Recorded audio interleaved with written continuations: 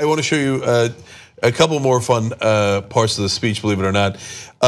Let's go to clip 8.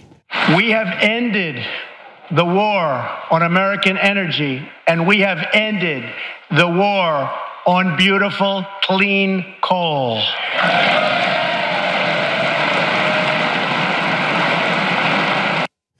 I'm amused every time he says beautiful, clean beautiful, coal. also like his mouth. I mean, beautiful, clean coal. It's like he's in an elocution class. It reminds me of Ron Burgundy.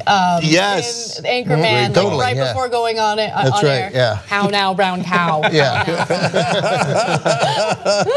And remember, by the way, just to the substance of that, and they showed Rick Perry there. We reported just a couple of weeks ago on their attempt to do additional regulations that would require power companies to use a certain percentage of coal, trying to basically hamper as much as possible renewable energy. That was actually struck down by a panel of Trump appointees. Even they thought that was a step too far. But was the coal beautiful?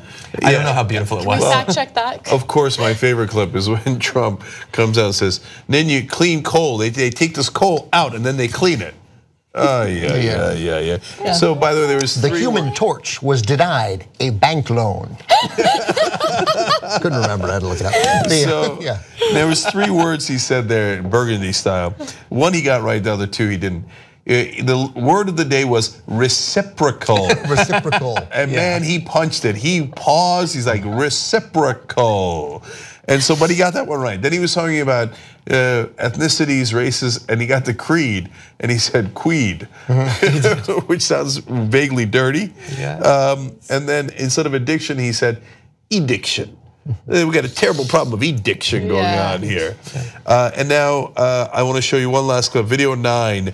Now this is more, it's not laugh out loud funny, and unfortunately it's more ironic funny. Let's watch.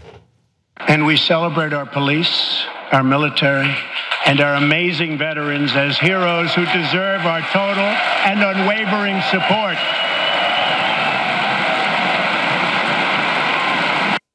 The police, but not the FBI, who I'd like to fire. Because rule of law means that I rule over you, not that there's actual justice in the country. I mean, look, I know that they hide behind cops and veterans and the flag and all those things that they use as a punchline.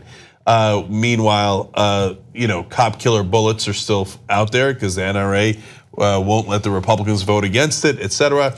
But for him, under investigation, has already fired the head of the FBI, now forced Andy McCabe, the deputy director of the FBI, out. Now a new story out in NBC today talking about how he's thinking of not firing Mueller, but having him arrested.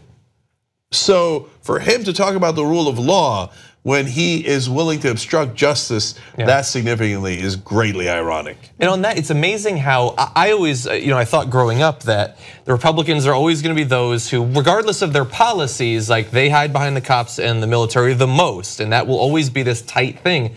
But it has, over the past couple of years, become incredibly flexible that you support the veterans, except you prefer veterans who weren't shot down and captured during the Vietnam War. And you support the generals, but not the goofball generals under Obama that he gets to attack, and nobody seems to care about that. You can attack the FBI and it doesn't seem to matter. And you can certainly ignore the right-wing ambushes against police officers around the country. That like now, they don't even need to universally do it in rhetoric anymore. And they're still allowed to claim that they're the ones who support, the men in uniform.